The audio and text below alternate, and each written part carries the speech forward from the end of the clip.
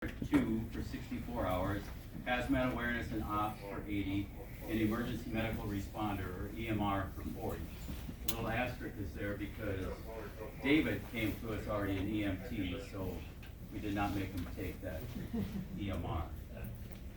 So that total is 324 hours of class in 1 year. So that's about 6 hours per week, but they did it probably in about 40 weeks, so figure about 8 hours or so. So quite a time commitment there. And then if you take on top of that, this is not.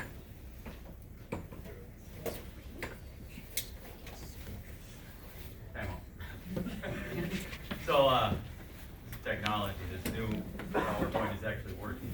So on top of that, they went to fire calls, medical calls, they came to the Thursday night drills, they did evening duty crews, overnight duty crews, we have the dance, we have the open house and special events that we do, like the Polar Plunge, the St. Patrick's Day run, the half marathon, or triathlon, and the 4th of July.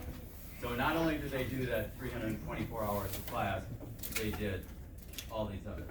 So we'll start with Nate. We're going in alphabetical order. So for the year, he had 1,229.75 points. So about 1,200 hours. I'm sure that Nate's wife could attest to the fact that he was here a lot. I hope she's here. So that breaks down to evening duty crews of 177 points, about 1 point per hour. Overnight duty crews, 120, call points was 577, and drill points was 128.5.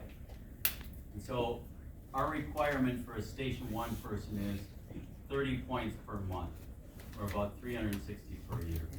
So you can see that Nate kind of fits. And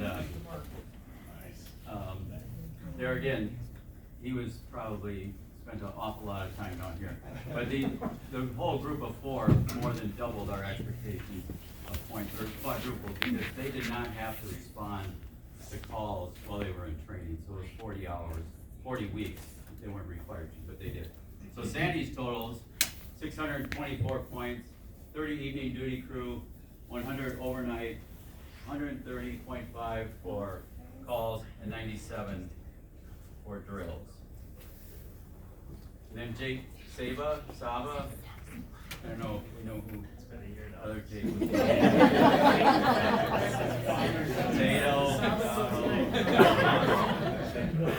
Saba. Oh. I'll have to remember that.